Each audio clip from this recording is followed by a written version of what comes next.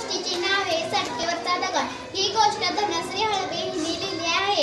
यात मला कळले आहे की एक छोटेसे नगर होते। तिथे एक राजा राहत होता। त्याला वाटते की माणसे हुशार असावी, म्हणून त्याने एके दिवशी माणसांची परीक्षा घेतली। एक मोठा दगड रस्त्यावर ठेवला व इथून तिथे माणसे जात होते व कोणीही दगड हलवला नाही।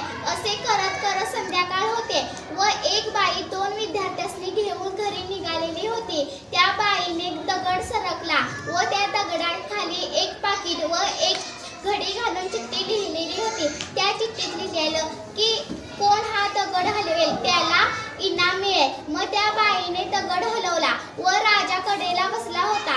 राजा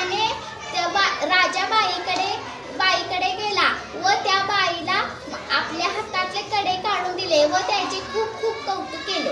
धन्यवाद। पुस्तकाचे नाव आहे गढुळलेलं तळ। हे पुस्तक शशिकांत महाडेश्वर यांनी लिहिलेले आहे। या पुस्तकातून मला बोध मिळतो की एका गावात एक तळ अस्वच्छ झालेलं होतं। ते तेथील माणसांनीच अस्वच्छ केलं होतं। मग ते सारखे आजारी होत होते। उपचार करूनही आजारी होत होते, म्हणून ते सरपंचाकडे गेले व सरपंचांना म्हणाले की येथील माणसं सारखी आजारी होत आहेत। तर सरपंच म्हणाले कशामुळं? तर लोक म्हणाले की गढुळलेल्या तळ्यामुळं। तर सरपंच म्हणाले कशामुळं तळ अस्वच्छ झालं? तर माणसं म्हणाली तिथं आपणच हे अस्वच्छ केलंय, तर ते स्वच्छ करण्याचा ठराव। सरपंच म्हणाले हे स्वच्छ करण्याचा तुम्ही ठराव करा व माणसांनी हा ठराव केला व तळे स्वच्छ केले। घरोघरी ज्ञानदीप। सुप्रिया जोगदेव यांनी हे पुस्तक लिहिले आहे। नवापूरच्या गावातील दीपकरावांच्या घरात जणू दिवाळी साजरी होत होती। त्या गावच्या भाऊ म्हणजे सरपंच यांनी विचारले की तुम्ही काय आणलेले आहे ते? दीपकराव म्हणाले संगणक म्हणजे काय? त्याच्यावरून आपण नफा तोटा, कारखान्यातील व्यवहार, दुकानातील व्यवहार अशा किचकट गोष्टी करू शकतो।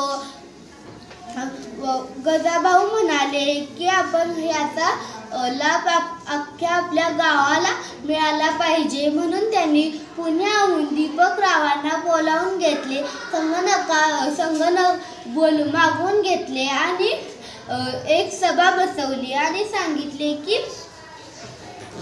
की गावकऱ्यांना सांगितले की ह्याच्यावरून आपण नफा तोटा, विक्री किंमत, कोणाला मेसेज पाठवायचा असेल आणि कारखान्यातील व्यवहार, दुकानातील व्यवहार असे अनेक गोष्टी आपण ह्याच्यावरून करू शकतो। परदेशातील आपल्या मित्रांना ह्याच्यावर संगणकावरून मेसेज पाठवू शकतो आणि आपल्याला ह्याचा सर्वांना लाभ मिळाला पाहिजे।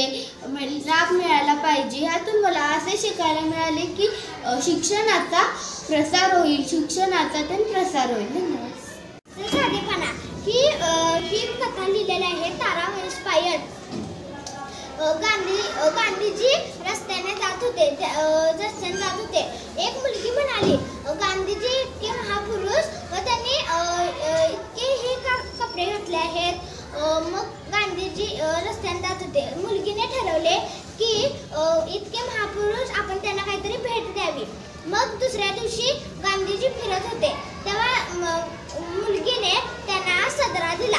मग गांधीजी हसून म्हणाले बा हा सदरा मला नको। मग मुलगी म्हणाली का गांधीजी? मग म्हणाले मला अजून सदरे लागतील।